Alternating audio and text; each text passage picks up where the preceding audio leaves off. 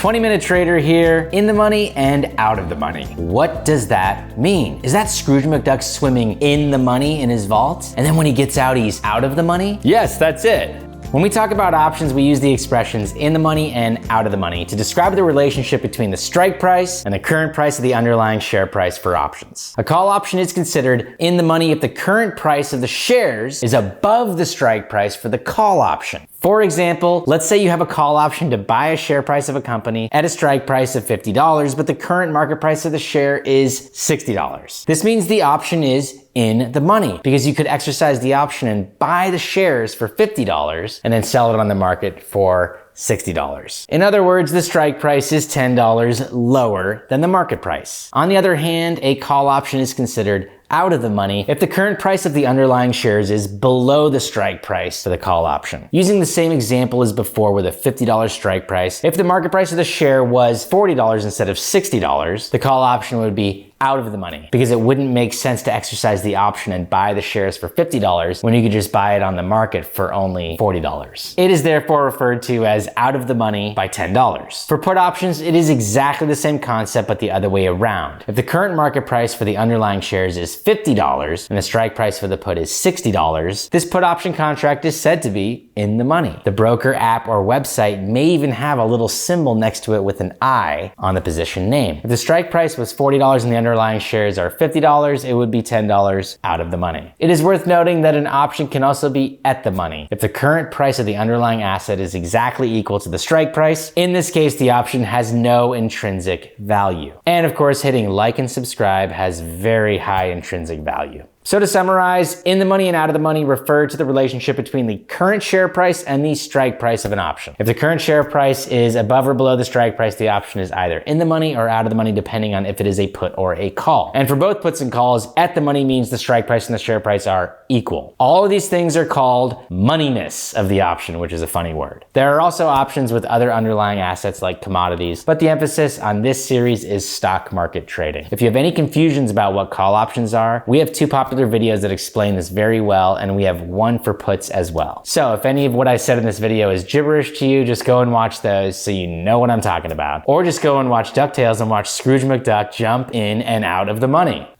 I am the 20-minute trader, and I want to remind you that day trading and options trading is risky and my results are not typical. Your success is not guaranteed if you learn with me or on your own. Practice first with paper trades before using your own money. Do not blindly follow me or anyone else. See you in the next video.